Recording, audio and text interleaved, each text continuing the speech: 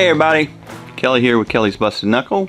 Welcome to my channel. Today I'm working on a 2002 Avalanche. This is my personal vehicle. I was using it for, you know, kind of like a daily, just beat around and stuff like that. When I got it, it had over 390 something thousand miles on it. Engine low 5.3 was a little wore out. As I continue to drive it, your lifters start giving you grief after a while. You know, your oil pressure gets low, and because it's just a worn out engine. So I pulled that engine and I built a 6-liter iron block LQ4, if I'm not mistaken. Correct me if I'm wrong. I took the 5.3 heads, which, if y'all know, has got a lower CC chamber, and I put this on a 6-liter, increased the compression ratio. Then I bought a sloppy stage 2 cam, put this engine together, and I bought some LS rockers. No, I should have went with a better brand, but I come to find out later those rockers were tapping the valve cover, barely hitting it, but just enough to cause some problems. I went ahead and got, fixed all that. Started having problems when I was running. It just still wanted to tick and tap and have different, it just wouldn't run right. Sometimes it'd miss terribly. And so I'm thinking, well, I'll change injectors. I changed coil packs. I changed everything on it. Swapped things around, make sure my wiring right. I had put new injector plugs on there and everything. And it still sometimes wants to tap. Sometimes it's fine, sometimes it's tap, but I'm not getting a good tune on it because of all that. So here's what I did. I pulled that Avalanche back in the shop. I started tearing it down, and that's where I'm at today. Is I wanted to pull the heads on it and check the lifters, check the cam, check everything, and then I'm going to go ahead and replace the lifters, but the cam's okay. I'm not going to do anything with it. Once I get all that done, I feel comfortable in it, and I'll start putting heads together. Now, if the cam is shot, I got a new cam I'll put in it. It's going to take a lot more effort, but I've already got it tore down anyway. So with that said, let's get started. Thanks for joining. Well, first thing I'm going to do is, let me go ahead and tell you where I'm at right now. So far, I pulled the fender wells out and I pulled the headers off. When I went to pull the plugs, of course I pulled the boots for the plug wires. I don't know if I had the ratchet wrong or whatever. A couple of those plugs kind of broke off, and that bothers me a little bit. The truck never overheated, but I don't know. So I got that done, pulled the intake, pulled everything off, and now I'm at the point that I'm fixing to actually pull the heads. There's a little passage in the front and rear in the intake valley that I could actually see, the cam lobe, and it didn't look, there's a little discoloration, but no like wear marks from the front set of lifters and the rear set of lifters. Now I'm going to pull ahead. The only thing I dread is, of course, when you don't get all the water out, the water gets into the cylinders and I'll have to get it out. It's the only thing I hate about pulling heads. I drain the water system, drain everything, drain the oil, drain everything. That's the only thing I dread. So I'm going to go ahead and get started. Okay. Right now I'm pulling these 10mm. I'm just going to at least get them torqued. And that way I just put the impact ratchet on there, be done. And they're not really torqued on that much. I did have to pull all the wiring off, and I did have to do some wiring because some of the wires were brittle. When I put the engine in, I had an issue where I don't know why the engine was so hard to go in, but I wound up pinching some of the wires, which that's not a good thing. So I had to go back in there and re-splice the wires, make sure. And mainly it's that oil pressure sensor back there and the cam position sensor. Those are the two wires that were of concern. I'm trying to figure out a way to put light on this without getting it blinding all you guys too. I think that's pretty good light. So what I'm doing now, like I said, is I'm just breaking loose these 10mm bolts on the sides here. There's no telling what I'm gonna see in here. Honestly, it could be something totally different. I hope I don't have a blown head gasket or a messed up ring. If I have a messed up set of rings in here, I did a compression check and I had close to 150 psi.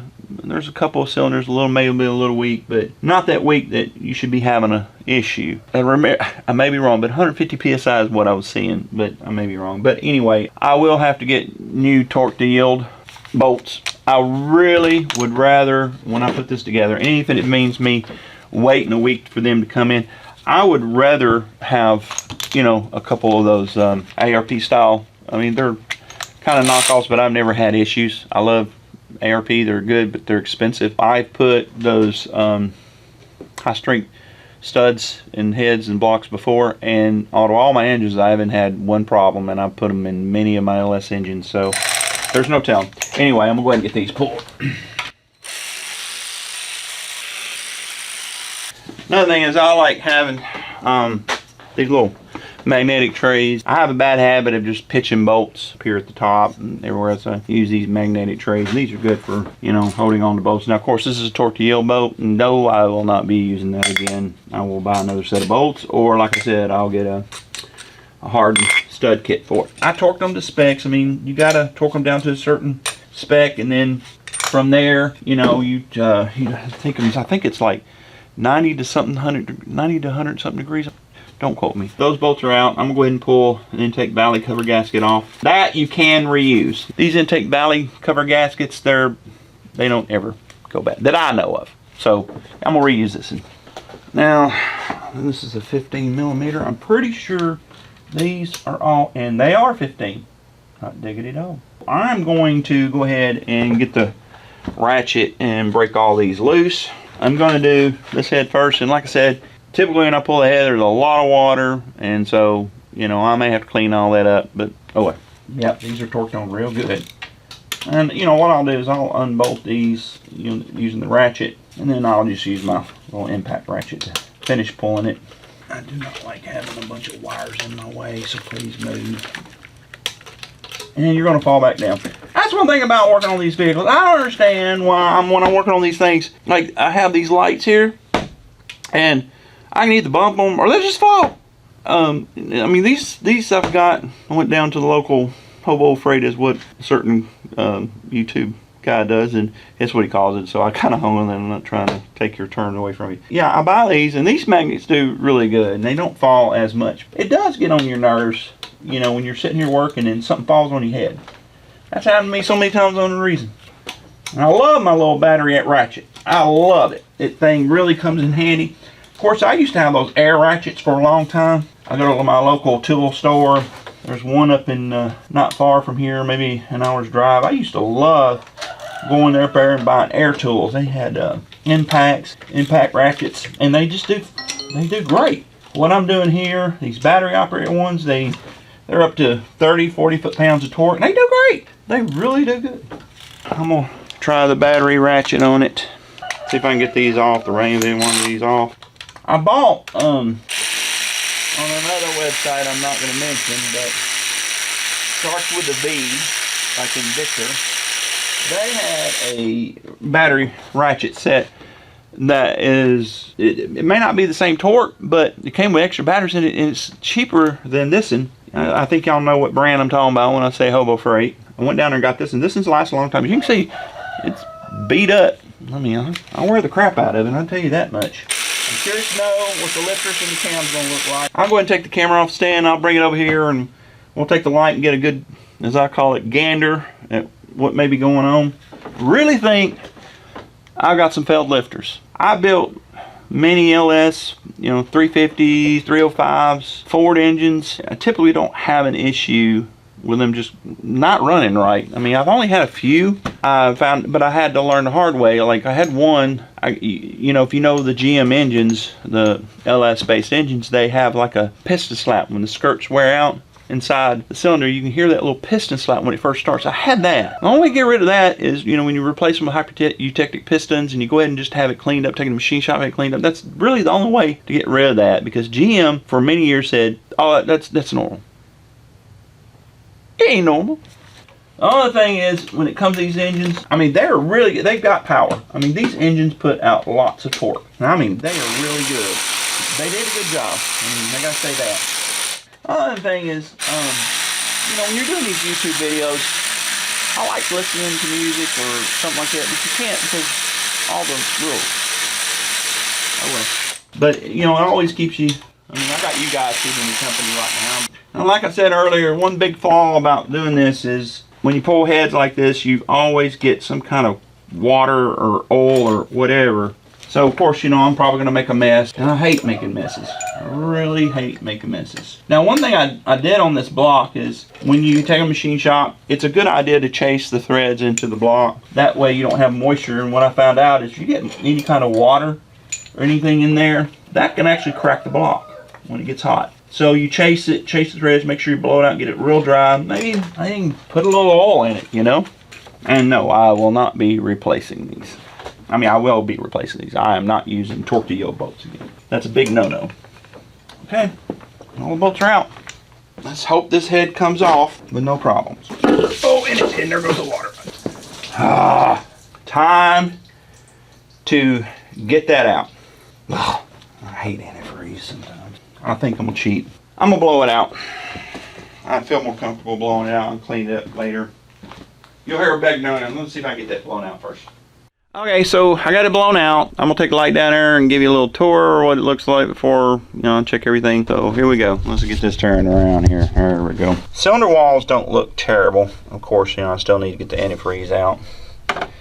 But as you can see, they're not terrible. I've got some breaking in still I gotta do. But anyway, I'm gonna go ahead and finish pulling the gasket, pull the lifters out. We'll see what happens, okay guys? Well, I'm trying to pull the lifters out, and I'm having a problem with two of them. That one and that one. At any cost, once I get those out, I get a better idea. So, all right, try to get those pulled out.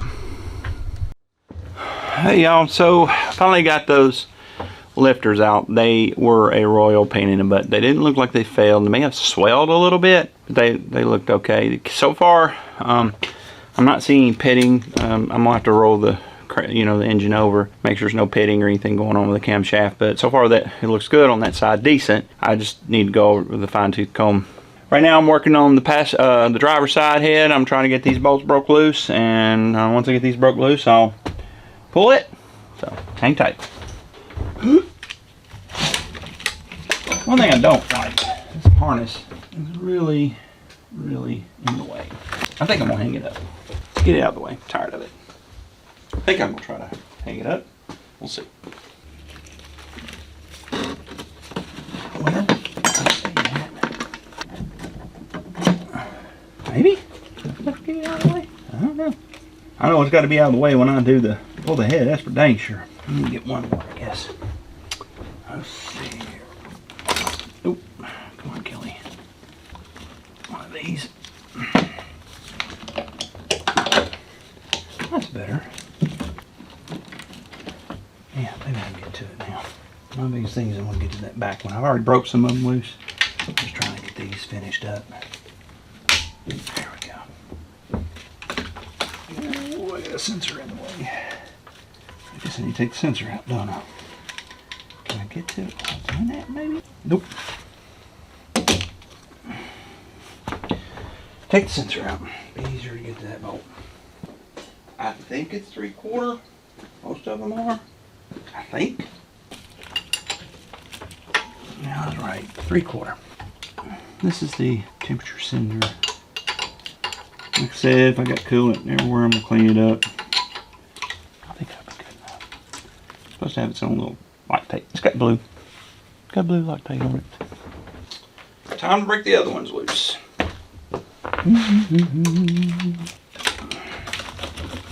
say that. These were torqued good. I think this side sealed better. I don't know why the other side didn't. This seemed like it sealed better. Yeah, I think when I put these heads back together, I'm gonna get those ARP hardened studs or ones like them. Ooh. One. Now if I can get this thing off. Now it's gonna be easier said than done. Ooh. Come on, being a pain. Oh yeah, you have to be a pain in the butt, don't you? There we go. Time to cheat every once in a while. Where's my battery operated ratchet? Ah, here it is. Let's take these headphones out. Come here. Being difficult. There's one bolt.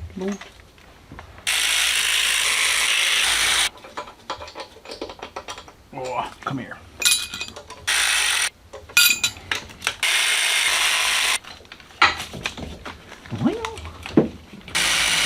Well, that's gonna be hard to get to later. Oh.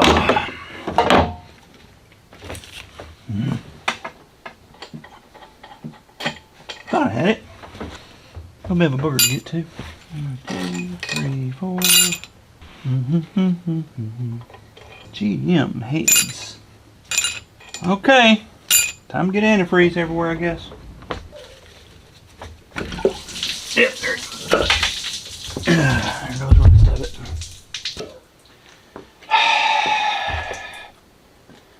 Alright.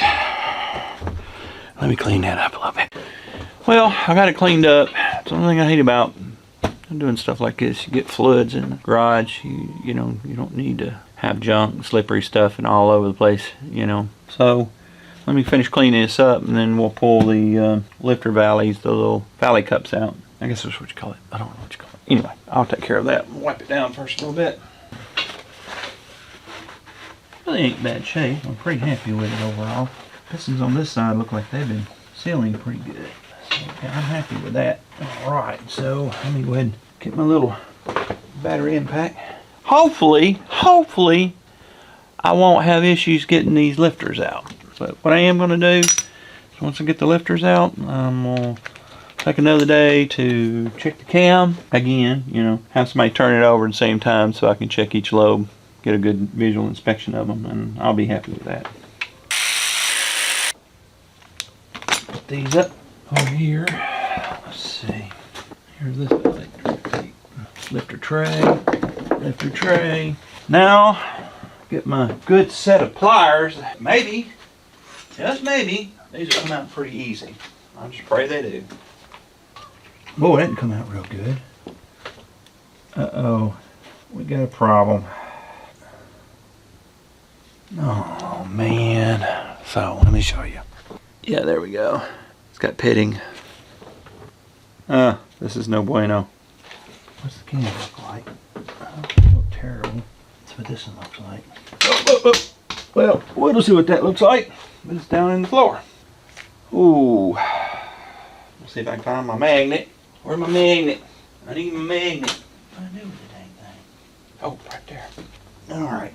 Well, this one don't look terrible at all. This one is really short. That bothers me. Oh boy. This one looks okay. This one looks alright. Oh, I got one that's always going to give me crap. That looks okay.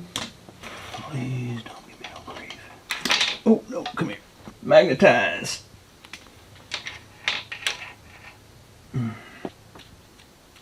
Ooh, this has got a little wear on one side. Ooh, it don't look good.